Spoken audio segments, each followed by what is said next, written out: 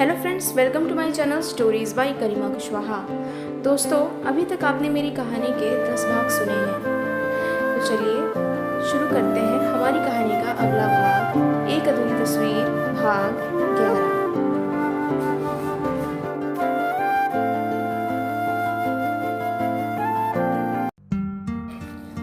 इंदु ने रास्ते में रिक्शा लिया और स्टेशन पहुंच गई। उसी वक्त हल्की बरसात शुरू हो गई। ट्रेन ठीक वक्त पर थी और इंदु उसमें सवार हो गई। वो अब भी सत्या के बारे में ही सोच रही थी। उसकी भीगी हुई आंखें उसे अभी भी याद आ रही थी। शाम ढल रही थी और उसी के साथ बारिश भी तेज होती जा रही थी। अंधेरा दिन के वक्त ही हो गया था, गहरे बादलों की वजह से।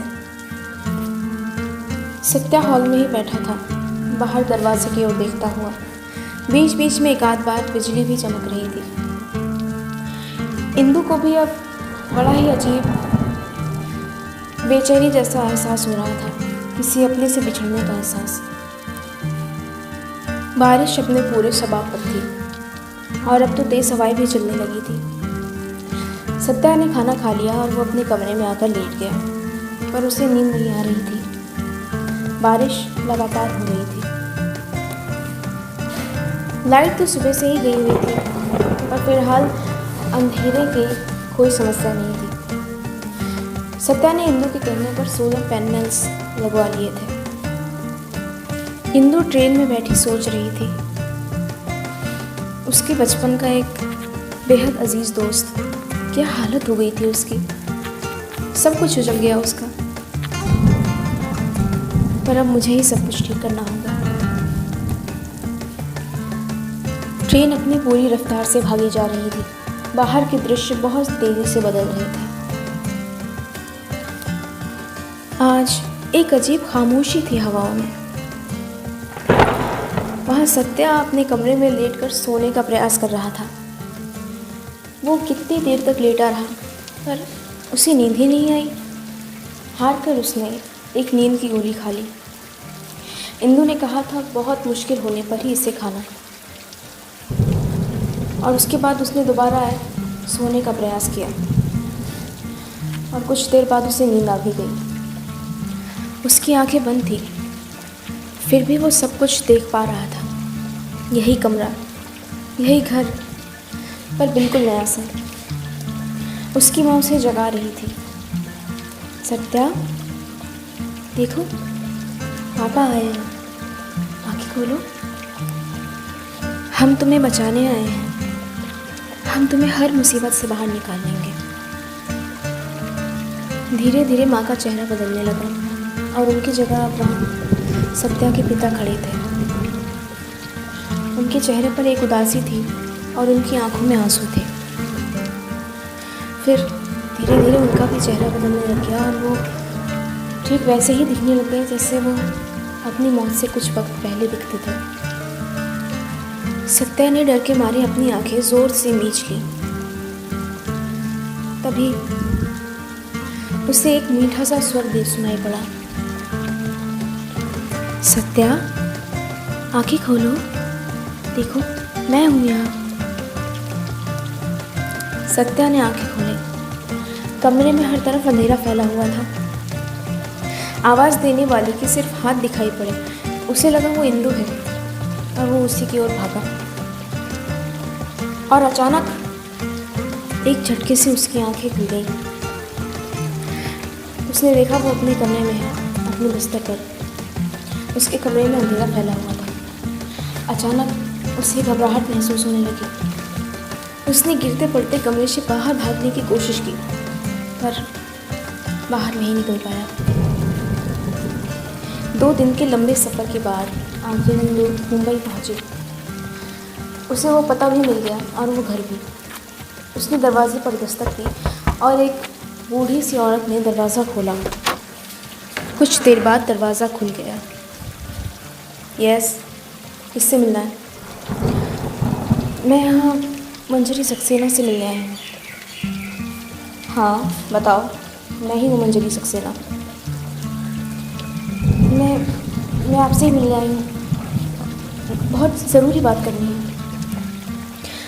मैं दार्जिलिंग से आई हूँ। आप अमन वर्मा को जानती थी? कुछ देर खामोश रहने के बाद, हाँ जानती थी। तुम कौन हो? उसकी बेटी? नहीं, मैं एक डॉक्टर हूँ। तो यहाँ क्या करने आई हूँ? मैं उनके बेटे के लिए आई हूँ। उसका नाम सत्या है। वो बहुत तकलीफ़ में है।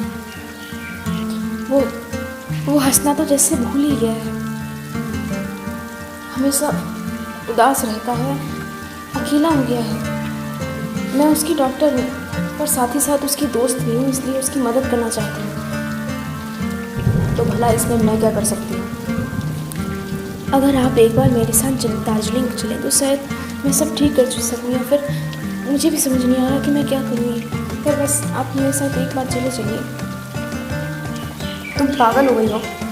ना जान ना पहचान, ऐसे कैसे चली जाऊँ मैं तुम्हारे साथ? चलो निकलो मेरे घर से। पर प्लीज़ आंटी, एक बार मेरी बात तो सुनिए। मुझे कुछ नहीं सुनना, प्लीज़। ये उस पेंटिंग के बारे में एक बार बात तो सुनिए। पेंटिंग का नाम सुनते ही उनके हाथ ठिठक गए। उन्होंने इंदु की ओर देखा। वो रुआसी हो गई थी। हाँ जानती हूँ मैं सत्या कुमार को। दार्जिलिंग में हम साथ ही रहते थे, बिल्कुल पास घर थे हमारे। हम साथ ही ड्राइंग क्लासेस जाया करते थे। कहते कहते मंजरी जी अतीत के बारे में भूल गई।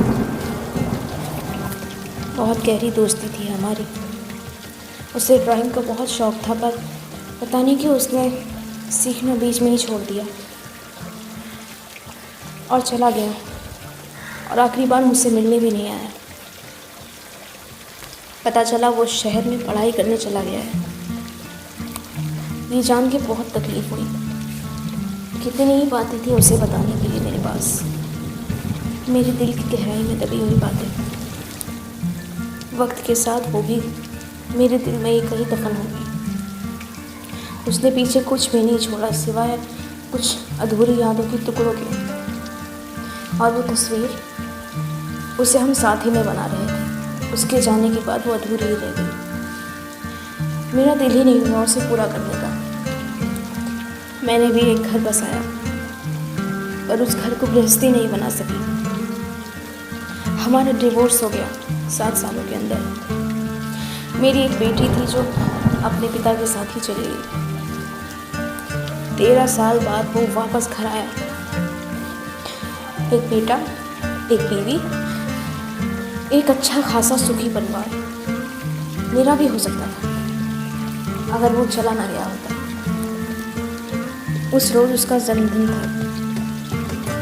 उसने मुझे नहीं बुलाया और मैं भी उसे याद नहीं करना चाहती थी। मैंने अपनी ज़िंदगी के 13 काले साल उस पेंटिंग के साथ बातें करके गुजारे थे, और अब मैं चाहती थी कि वो भी मेरी ज़िंदगी जिए।